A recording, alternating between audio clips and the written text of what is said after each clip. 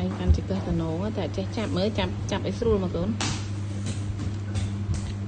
từ mà ôn chạm mới chí trâu cắt thay kỳ bòn ui men comment ấy chọc nó chạm bàn nó chạp chạm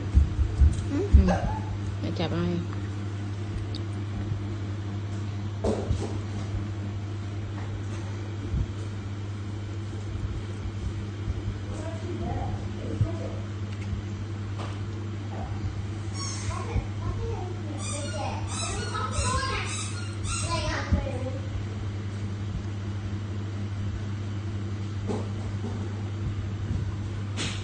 nyanyi kan?